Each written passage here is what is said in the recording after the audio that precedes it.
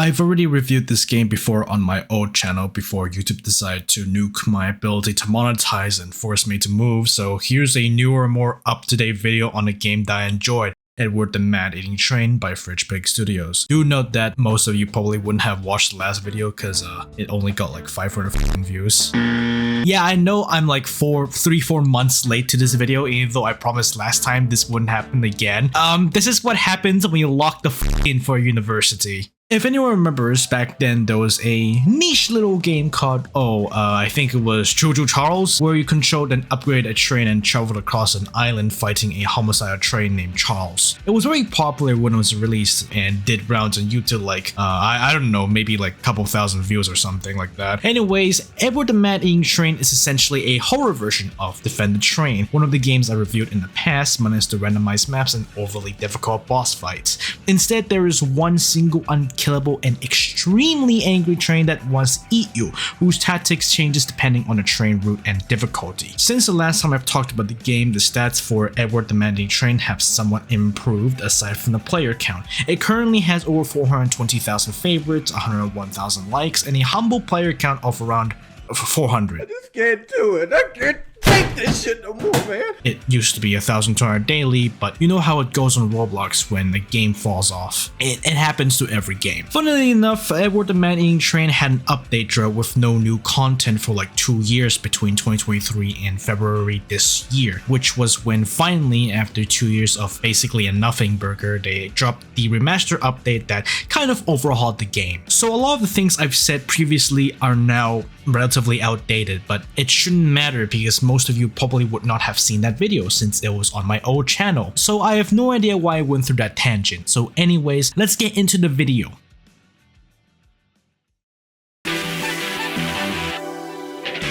In Edward the Man-Eating Train, you play rounds of traveling around a place called the Archipelago, very creative name, I know, on a train that changes its rail cars after every round. It's very similar to Defend the Train in terms of many gameplay aspects, but the most distinct part is that Defend the Train's game is one continuous run that only ends when everyone dies, the train engine is destroyed, or if a campaign is beaten. Edward the Man-Eating Train is basically endless, with a round only ending prematurely if everyone dies. I don't think this game has a tutorial. Why? So I'll have to explain the game, which is thankfully very easy to learn, that is if the median age of Roblox players is really that smart. You get a starter gun, probably an M1 pistol. The game uses fake names for the weapons, but I'm not gonna bother with that because it's gonna take too damn long. Ain't nobody got time for that. You spawn at a train station before or during a round, depending on whether you just joined or died during that round. You ride a train at the start and must defend yourself against a homicidal sentient train named Edward. Every round, Edward can spawn in with random weapons depending on the difficulty and will come in to attack you before temporarily retreating for a short time. Rare cars and supplies can be destroyed by Edward, so try not to accidentally fall off the train.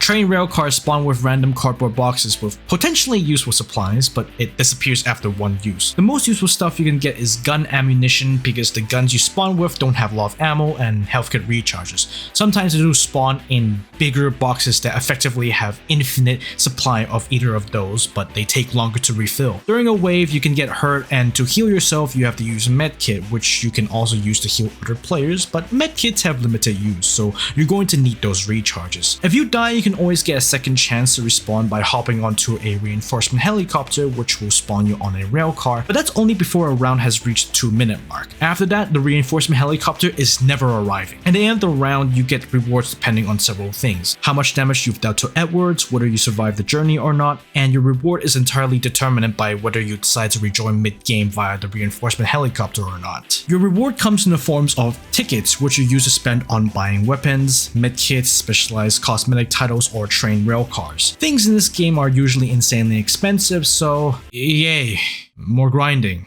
Fuck off. Beside that, there is a map in the lobby in each location you arrive that shows the current location you are in, which has special location exclusive shop items spread across the archipelago. On a few routes, it will diverge, and you're given a choice among other players to vote for a certain route to be taken, and each route is sized by a color indicator from easiest to hardest. Yellow equals low danger, which is the easiest and Edward won't spawn with most of his unique weapons. Orange, which is moderate danger, which Edward will spawn in with random unique weapons and is much tougher. And red danger, which is the final normal difficulty that you can get on a route, which means Edward will spawn with more unique random weapons and is even more challenging to take down. As a bonus, this is completely optional by the way, you don't have to do this. Only do this if you want to torture yourself. There is an extra difficulty that can only be activated by having a certain number of players vote for it, which enables nightmare danger. While it sounds hard, which to its credit it is, if you have at least 2 or more good teammates, then it's kind of like playing the outer difficulties, as in it's easy.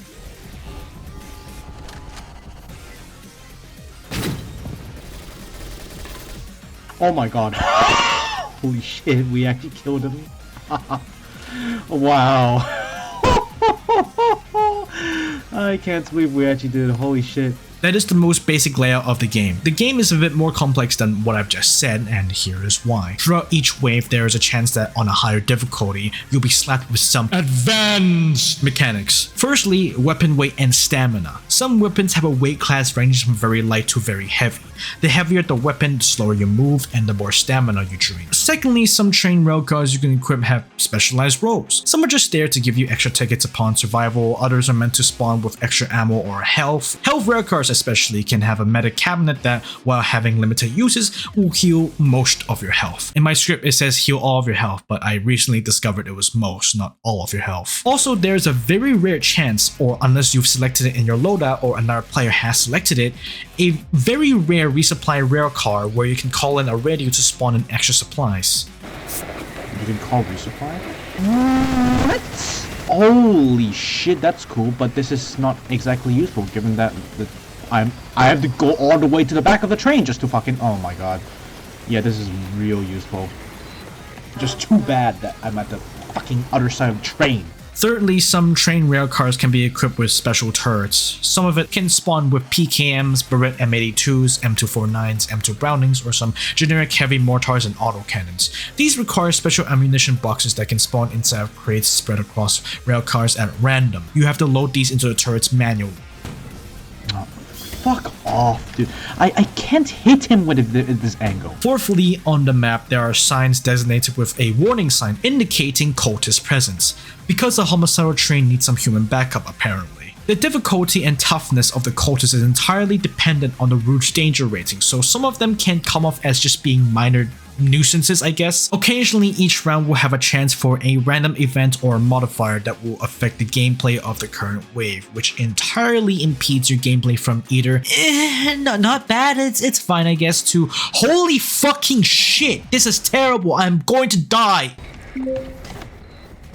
A rainstorm is forming around the train. Movement will be slowed when not. Oh, fuck you. There's 4 events in the game, that being railcar sabotage, where the train's railcars will start to decouple and break away, leaving you with even less space to dodge Edwards or cultists. The next one is unnatural darkness, which just makes the map dark and a little harder to see, which is not that bad actually. Rainstorm, where being exposed to the outside rain just slows you down, which is by far the least threatening and easiest event to handle. And thunderstorm. This event fucking sucks. I hate this event. Basically, Zeus occasionally wakes up to smite your ass, and yes, like Edward and the cultists, it can destroy the train, and it always fucking hits you at an inconvenient time. Is this what you want? Come on, strike me down, Zeus. You don't have the ball. It fucking I hate the thunderstorm. It went through the fucking shielding of the container and destroyed the ammo box, or the medical box I was getting shit from. Fuck you. And it just destroyed those ammo boxes. Oh yeah. Awesome modifier, awesome gameplay.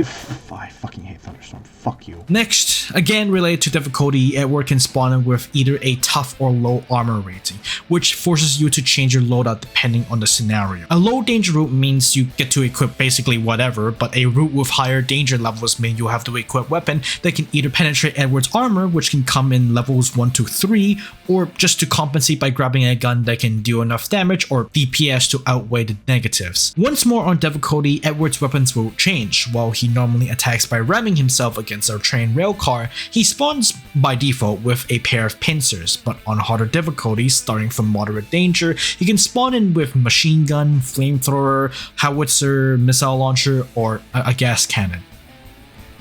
Oh my god, it's a double fucking whammy. Jesus fucking Christ. Lastly, you can't really kill Edward, and on harder difficulties you're not expected to even drain most of his health, but draining his health far enough will disable him for about maybe a minute or so, I never checked, which can either give you breathing room to resupply, heal, or time to kill cultists if they're present. His weapons also have their own health bars, so you can destroy them for extra tickets, but some of his weapons can be difficult to damage, like the goddamn howitzer. It's on his back. How the hell are you going to destroy that under normal circumstances? He's always facing the front towards you. Can't hit that shit. Oh yeah, there's also a daily quest system called bounties. You just do hyper-specific objectives to earn an extra currency called bonds and spend them in the bounty store. So some of these bounties are just dumb, and the bounty store is even more expensive because you need to get the bonds, and the daily quests are limited. You only get 3 daily, and they give you basically piss poor amounts of bonds. Hooray for more needless grinding. Also, this game has some lore that I don't really care enough to cover. Some areas with interesting set pieces can have unique NPC dialogue, but aside from any location involving the military or something silly like a beached ocean liner that the crew tried to use to ram Edward somehow, most of the story spread across the archipelago, it's not interesting. Like, I kind of just don't give a shit about the story. I want to be invested, but it's sort of like Airship Assault's lore. It just feels random, disconnected, disjointed, and a complete background event that is so irrelevant because none of the NPCs are interesting. I don't care about Brisford's war or the separation, independence. What the fuck?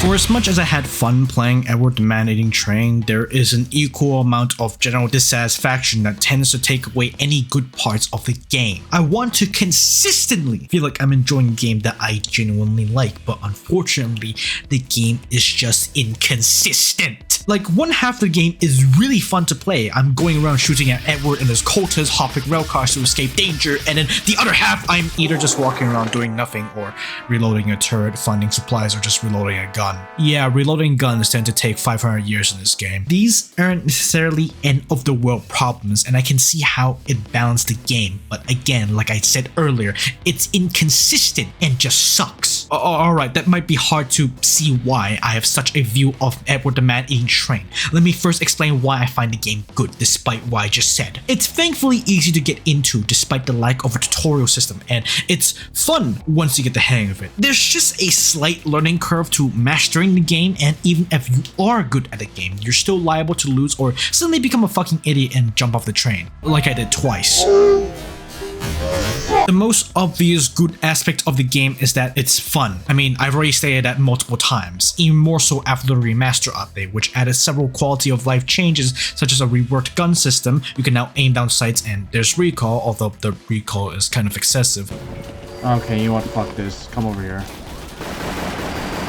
Holy shit, the recoil on this is bad. Oh my god, the recoil is abhorrent! Can you stabilize the damn thing? And a very cool reinforcement system that lets you respawn the wave if you die too early, but it only happens halfway through the round once. There's also some new railcar additions, with the one that I really enjoyed, like I said earlier, being the resupply wagon, which lets you resupply on medical charges, ammo, or turret refills. Edward the Man-Eating Train is always fun during the first few rounds, taking routes of varying difficulty that encourages experimenting with loadouts rather than sticking to a single one. There's no real meta in the game, and that is the genius of Edward the Man-Eating Train, even if it was accidental. Almost all of the weapons, including Game Pass ones, are suited to a specific need and role, so there is no true weapon that can be used for every single purpose. Either it be penetrating Edward's armor, relying on pure DPS, killing cultists, or a more generalist role that is designed to damage Edwards and target cultists at the same time. This is especially true for shotguns. Most of them don't have armor penetration, so they're gonna do piss poor damage against Edward, but the moment he's disabled and returns, which basically removes his armor for the rest of the wave, any shotgun will turn into, well, have you ever played a Battlefield game?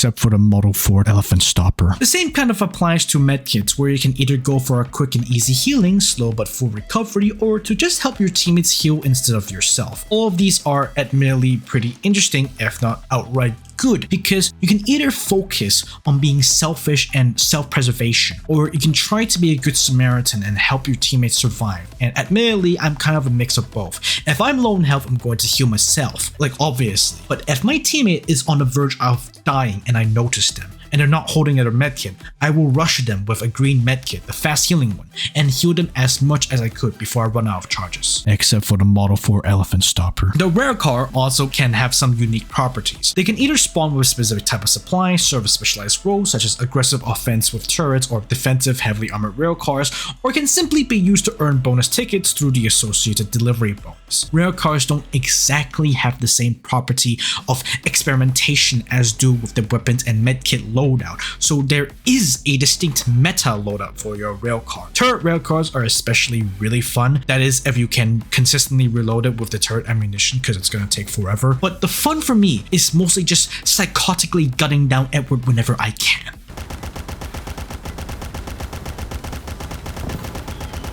Yeah, eat ass, bitch. Yeah, pussy out, motherfucker. Once again, the new resupply wagon are probably the best addition to the game by far, which gives the team a much better and fairer chance at fighting Edward by giving them the opportunity to rest and resupply when all of the other supplies that's supposed to spawn on a train is completely gone. It gives them a better chance of fighting Edward, especially on higher difficulties. Except for the Model 4 Elephant Stopper. If you bought some of the game passes, there is a clear line of what is a true ungodly overpowered rare car and what's a total piece of shit. But to the game's credit, at least some of the rare cars that earned Game Passes exclusive can be just as good, if not better, than the Game Pass ones. Except for the Model 4 Elephant Stopper. Edward himself is also a very interesting opponent to fight against. While it's very easy to learn his gimmicks, the fact that his weapons are almost always randomized, his pincers stay the same on all difficulties, so that doesn't count, creates this unique situation where playing into how there isn't a real meta loadout aside from probably rare cars, you don't know exactly what Edward's going to do. So what are you going to bring to a high difficulty? Edward might spawn with a gas launcher or a howitzer that shoots missiles, or maybe something like a flamethrower. Oh, that's a fucking... Get out of the way, that's a fucking flamethrower! Are you going to stick with your current loadout or swap it out for something more mobile like lightweight weapons, or focus on destroying his attachments with very heavy weapons? That is the genius to this game. Except for the Model 4 Elephant Stopper. The cultists are also just as interesting to fight against. They only arrive in certain routes with a warning sign and are usually very easy to kill, but given that simply leaving them to hang around is a complete detriment to you is such a great way to force you to choose between two options that could possibly end your run if you choose poorly. Will you wipe out the cultists, which runs the risk of Edward locking in on you, or will you damage Edward to disable one, which means the cultists can swarm your team? Again, this creates scenarios where you're just not certain of what's to come. These cultists are a little more obvious in how they arrive, as higher difficulties mean they tend to bring more heavily armored cars and soldiers that are harder to take down, but this is an absolute genius game design, and I cannot emphasize that enough. Like, I keep saying that word, genius, but it's genuinely how great this game design is, which forces you to divert attention so you can't just overpower Edward all the time, and you can't do the same to cultists either, because if your priorities are skewered, then either one of them is going to screw you over. So you either need a great team to focus on either the cultists or Edward, so then you can have this collective effort to beat the game. Except for the Model 4 Elephant Stopper.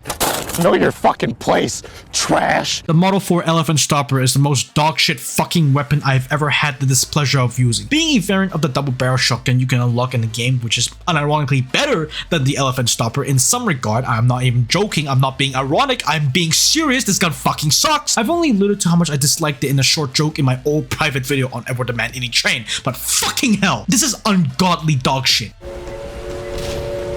Oh my god, stand fucking still, holy shit. This thing is apparently designed to kill giant goddamn elephants, so you'd expect an expensive shotgun such as this to be at the very least armor penetrating, high damage, slightly tighter spread than your average shotgun, can annihilate cultist cars in a flash, do the dishes, do the laundries, do your taxes, clean your toilet, walk the dog, graduate with a PhD, and most importantly of all, it's worth the fucking tickets. Only one of them's correct. and it's a high damage. Now that doesn't sound too bad, but then you remember that it's a video game shotgun. So the spread is not only ass cheeks, but this gun also doesn't penetrate armor.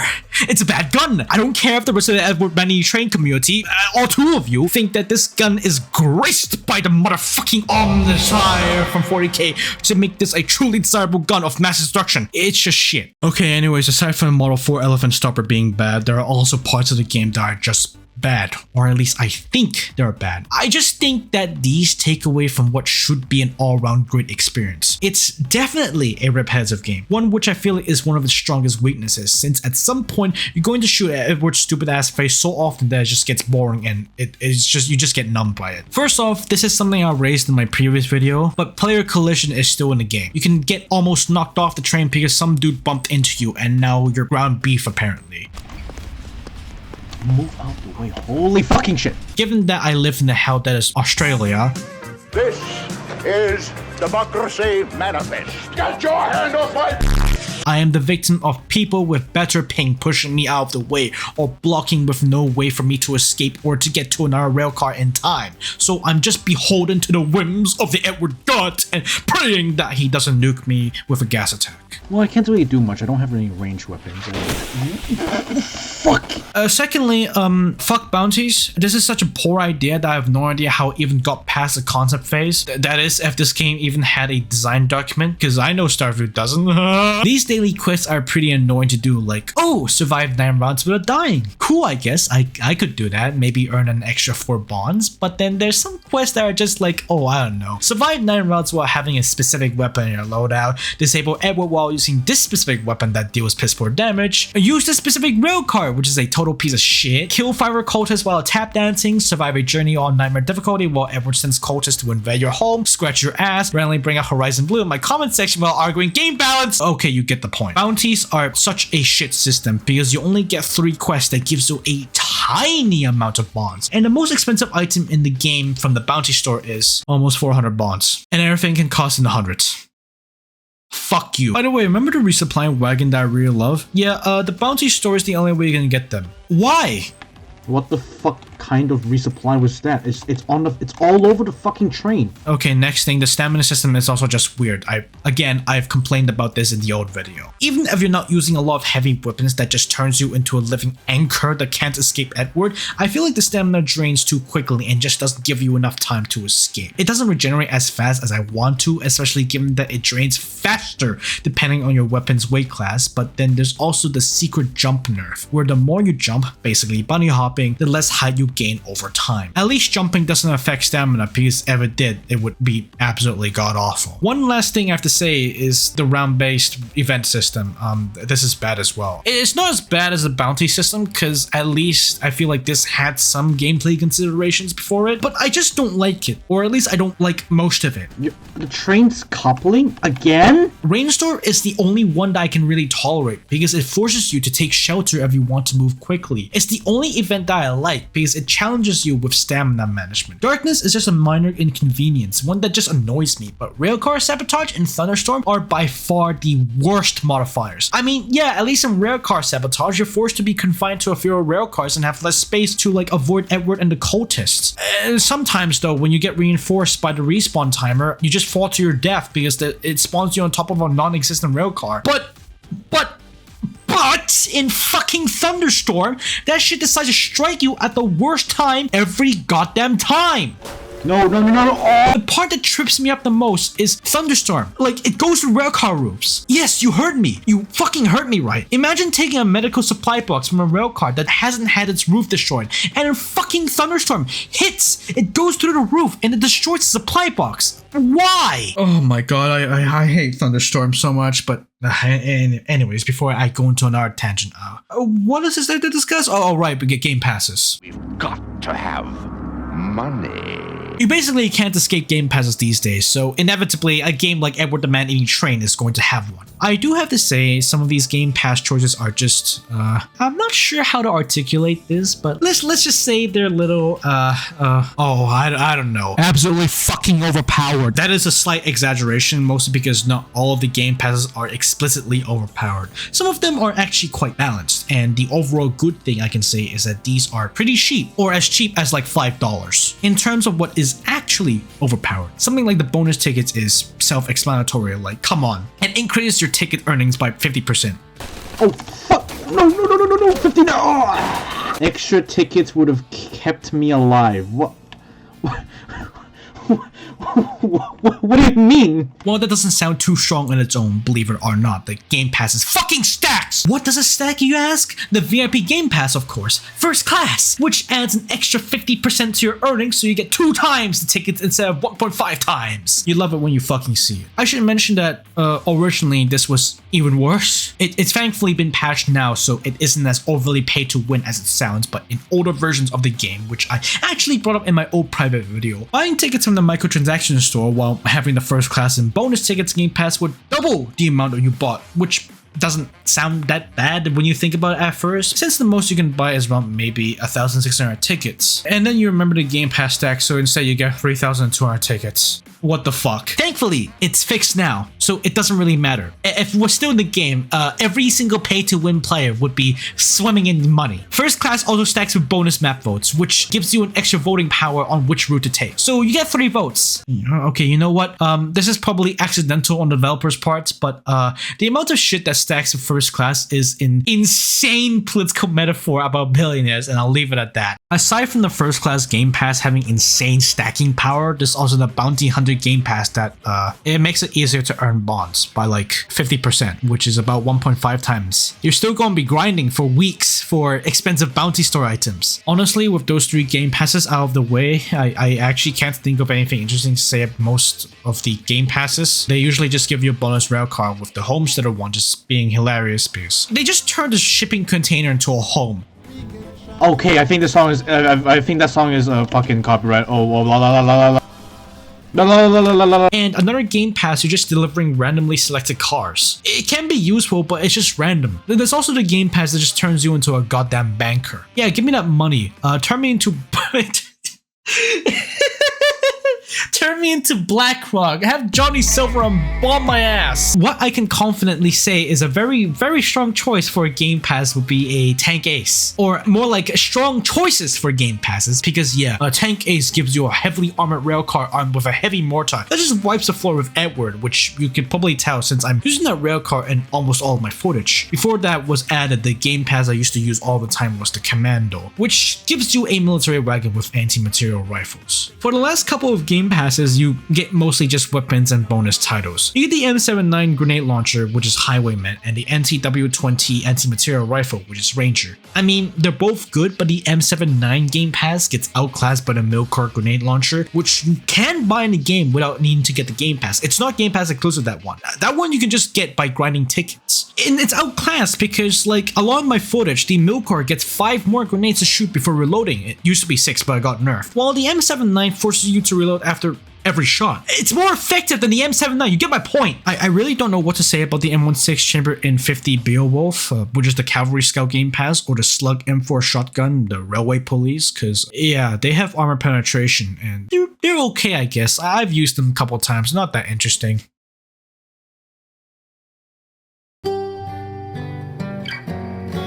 Edward the Man-Eating Train is a round-based survival horror game where you travel around on an unnamed archipelago on a train, surviving against an evil train named Edward who has it out for you, alongside some cultist allies. You can buy new weapons and railcars to better prepare for Edward's arrival. The developers, Fridgepick Studios, really do care a lot for the game, even if I criticize them a lot on what they've implemented, as you can see with them almost completely remastering or overhauling the game and improving on multiple systems to make gameplay flow more smoothly compared to 2 years ago. A lot of things have definitely improved since, especially with new additions that made Edward a far more enjoyable experience compared to before the remaster update. However, it's still held back by many of its terrible and even unfair game mechanics, such as the random events that can screw you over unfairly, the Game Pass that gives pay-to-win players an unfair advantage over others, such as First Class, bonus map vote, bonus tickets, and to an extent, Bounty Hunter, the weird stamina system, the player collision that should not exist, the bounty system just being poorly executed,